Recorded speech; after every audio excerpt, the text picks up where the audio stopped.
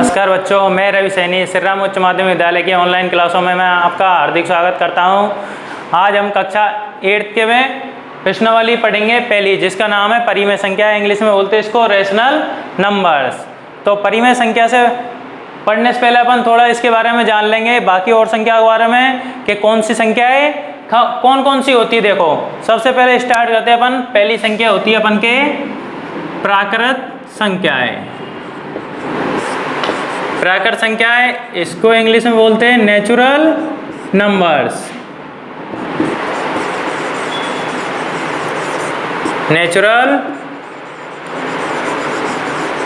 Natural numbers. ये संख्या कहाँ से कहाँ तक होती है? ये संख्या स्टार्ट होती है 1, 2, 3, 4 इसी प्रकार तक अनंत तक।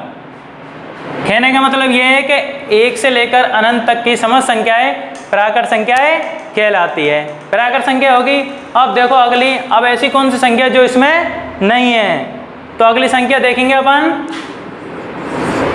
पूर्ण संख्याएं। पूर्ण संख्याएं, इसको इंग्लिश में बोलते हैं अपन होल नंबर्स।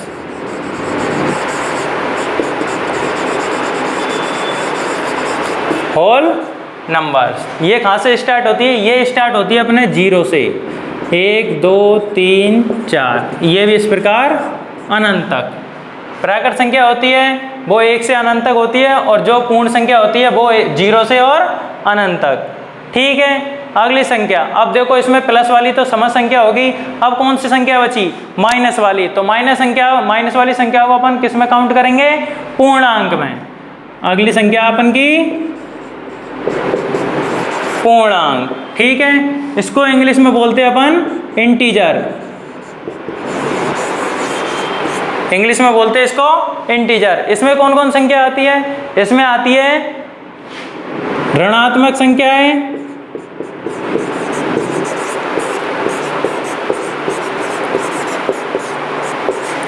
और धनात्मक संख्याएं।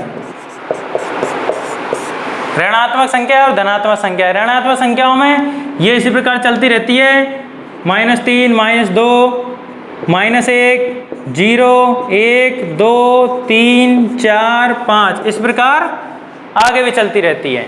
ठीक है, फिर अगली आती है अपन की चौथी परिमेय संख्याएं।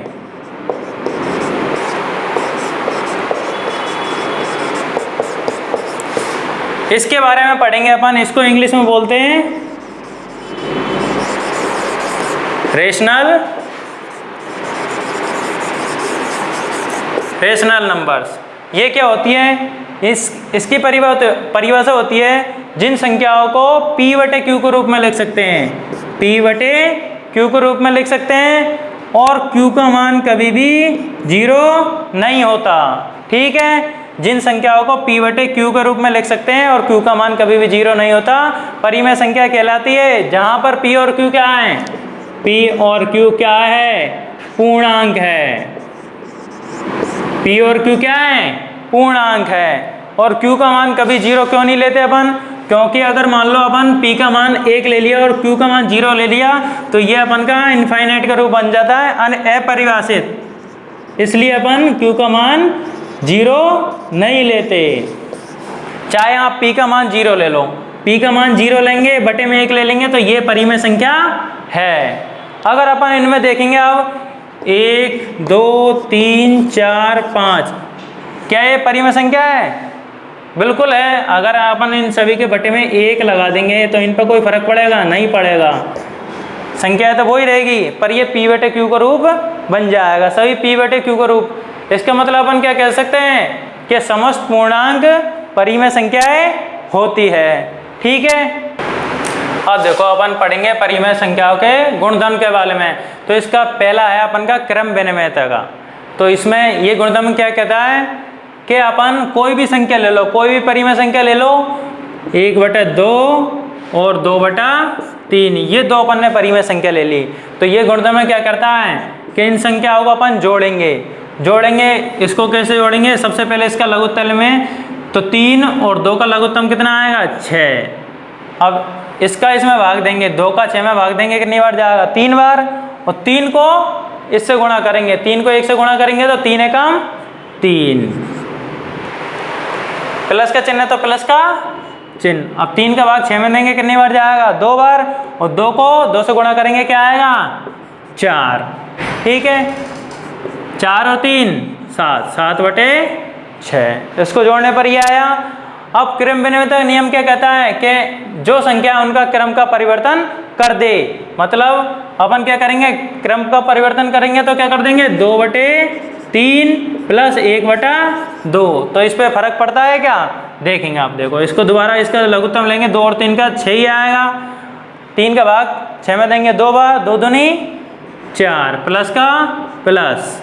फिर 2 का भाग 6 में देंगे 3 बार, 3 को 1 से गुणा करेंगे तो 3, 4 और 3 7/6। तो ये नियम है अपन का पहला, योग, क्रम विनिमयता का योग का नियम। तो ये पालन करता है कि दोनों संख्या बराबर आ रही है, बराबर आ रही है, तो क्रम विनिमयता का योग का नियम क्या है, पालन करता है इसका। ठीक है, क्रम परिवर्तन इसमें क्या करते हैं, जो संख्या दे रखी होगी उनको क्रम परिवर्तन करके जोड़ेंगे, तो अगर दोनों का मान बराबर आते हैं तो वो क्या, क्रम विनिमयता का नियम कहलाएगा अपन का। ठीक है, अब देखो अगला है आपका व्यवकलन का। अगला नियम है व्यवकलन या घटाव का। अगर यही संख्या को अपन दोबारा देखें तो ये व्यवकलन में पालन करता है कि नहीं करता। यही संख्या दोबारा लेंगे, 1/2 माइनस 2/3। अब इसको हल करेंगे तो देखो लघुत्तम तो अपन का 6 ही आएगा। 2 का भाग 6 में देंगे 3 बार, 3 को 1 से गुणा करेंगे तो 3, माइनस का माइनस, 3 का भाग 6 में देंगे 2, 2 दूनी 4। अपना घटाया कितना आया, माइनस का 1/6। इसी प्रकार इसको क्रम परिवर्तन कर देंगे, क्या आएगा ये 2/3 माइनस 1/2, यही आएगा। अब देखो ये पालन करता है कि नहीं करता, लघुत्तम लेंगे 6 ही आएगा अपन का। 3 के भाग 6 में देंगे 2 बार, 2 दूनी 4, माइनस 2 का भाग 6 में देंगे 3 बार, 3 को 1 से गुणा करेंगे तो 3, बराबर। अब देखेंगे अपन कितना आएगा, 1/6। तो इसमें तो प्लस का 1/6 आ रहा है, इसमें माइनस का 1/6। तो व्यवकलन के लिए क्रम विनिमयता का नियम पालन नहीं करता। ठीक है, अगला आता है अपन के गुणन के लिए क्रम विनिमयता का नियम। गुणन के लिए क्रम विनिमयता का नियम, तो इसमें देखते हैं अब करते हैं अपन दोबारा इसमें गुणा। यही संख्या ले लेते हैं, 1/2 गुणा 2/3 गुणा करेंगे। इसको सीधे गुणा करते जब इसमें लघुत्तम की जरूरत नहीं पड़ती है, तो 2 एकम 2 और 3 दूनी 6, ये आ गया। इसको कट रहा तो काट दो, इसको 1/3, इसका आंसर ये आ गया। अब इसका क्रम परिवर्तन करेंगे अपन तो क्या आएगा, देखो 2/3 गुणा 1/2, 2 एकम 2 और 3 दूनी 6। तो ये गुणन के लिए क्रम विनिमयता का नियम पालन करता है। ठीक है, और अगला बता अपन का भाग के लिए क्रम विनिमयता का नियम। अगला देखिएगा अपन भाग के लिए क्रम विनिमयता का नियम क्या भाग, क्या क्रम विनिमयता का नियम भाग के लिए पालन करता है कि नहीं करता परिमेय संख्याओं के लिए। तो देखो वही संख्या लेते हैं अपन दोबारा, 1/2 भाग 2/3। अब इसमें भाग वाले में ध्यान रखना थोड़ा कि इसको किस प्रकार से अपन हल करते हैं। तो इसके लिए, इसको हल करने के लिए अपन क्या करेंगे, पहली संख्या उसको तो ऐसे कैसे ही लिख देंगे, और भाग के विपरीत कौन सा चिन्ह होता है, गुणा का। मैं आपको थोड़ा सा बता देता हूँ कि प्लस का विपरीत कौन सा चिन्ह होता है, माइनस का, और माइनस के विपरीत प्लस का चिन्ह होता है। गुणा के विपरीत भाग का चिन्ह होता है, और भाग के विपरीत गुणा का चिन्ह होता है। जब अपन पक्षांतरण करते हैं तो प्लस वाला चिन्ह माइनस में परिवर्तित हो जाता है, माइनस वाला प्लस में परिवर्तित हो जाता है, गुणा वाला भाग में और भाग वाला गुणा में। तो अपन इसको में इस संख्या का भाग देंगे तो क्या करेंगे, ये संख्या तो ऐसे कैसे रखेंगे, पर ये वाली संख्या है इसको अपन पलट देंगे। अब ये संख्या को पलटेंगे अपन तो चिन्ह भी पलट जाएगा। देखो अब संख्या को पलटे अपन ने तो संख्या पलट के 2/3 क्या हो गई, 3/2, और संख्या पलट गई तो फिर चिन्ह भी पलटेगा, तो गुणा की जगह भाग की जगह किसको हो जाएगा, अभी ये गुणा का। अब इसको अपन हल कर सकते हैं। ठीक है, अब इसको अपन हल करेंगे। देखो अब 3 एकम 3, 2 दूनी 4, तो इसका मान क्या आ गया 3/4। अब इसको अपन क्रम परिवर्तन कर देते हैं, मतलब क्या करेंगे अपन 1/, इसका क्रम परिवर्तन कर देंगे, मतलब 2/3 भाग 1/2। अपन का क्रम विनिमयता का नियम तो यही तो कहता है कि अपन क्या कर देंगे क्रम परिवर्तन। तो ये पालन करेगा क्या, देखो भाई इसमें क्या करेंगे, भाग के चिन्ह को गुणा में बदलेंगे, तो गुणा में बदलने के लिए पहली संख्या को तो अपन ऐसे कैसे ही लिख देंगे। अब इस संख्या को बदलेंगे, इस वाली को बदलेंगे तो 1/2 की क्या हो जाएगी 2/1। भाग का चिन्ह गुणा में परिवर्तित हो जाएगा। अब इसको देखेंगे अपन 2 एकम 2 और 3 दूनी 6। क्या ये दोनों संख्या बराबर है, बराबर नहीं है, तो क्रम विनिमयता का नियम पालन नहीं करता। तो क्रम विनिमयता का पालन कौन कौन सी संख्या को लेकर करता है,